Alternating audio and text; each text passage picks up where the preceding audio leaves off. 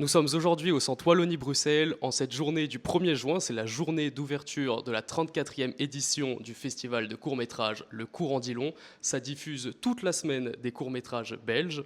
Le programme de ce soir, qui est le programme d'ouverture, s'intitule La vie d'artiste. On a le casting de Camille Britt, Un dernier pour la route de Corentin Lobet, Monkey Boy de Tony Isabella Valenci, Cracher dans la soupe de Chantal Peuten et enfin, Ce qui n'existe pas n'existe pas de Franck Morand et Guillaume Sénès. Et jusqu'au vendredi 5 juin, journée de clôture, vous aurez l'occasion de découvrir toute la production de courts-métrages belges diffusée ici à Paris. Le centre vous attend nombreux au 46 rue Quincampoix pour le Cours en Dillon, 34e édition. On se retrouve avec le réalisateur de Monkey Boy qui va nous dire un petit mot sur le festival Le Cours en Dillon. Trop chouette festival, c'est ma première fois ici.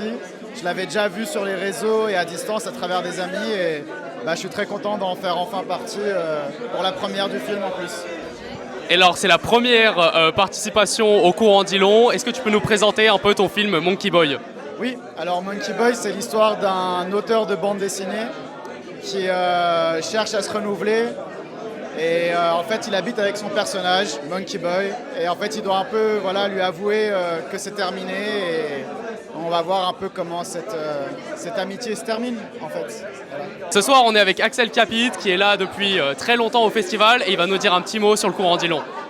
Alors déjà, le Cours en Dillon, j'adore. Merci beaucoup encore une fois de sélectionner des films dans lesquels j'apparais, ou même parfois ma voix. J'aime beaucoup le festival parce que c'est un truc très convivial, très familial.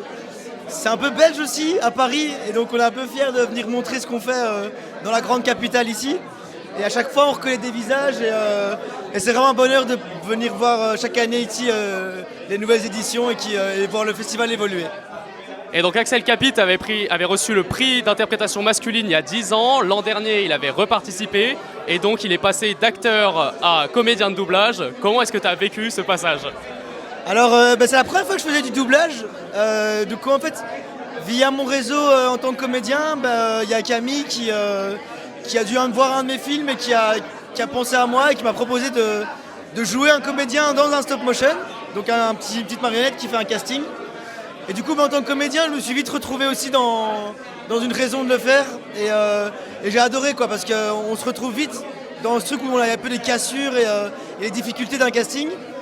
Et donc pour moi, pour Camille, je crois que c'était évident de prendre un vrai acteur pour interpréter la voix.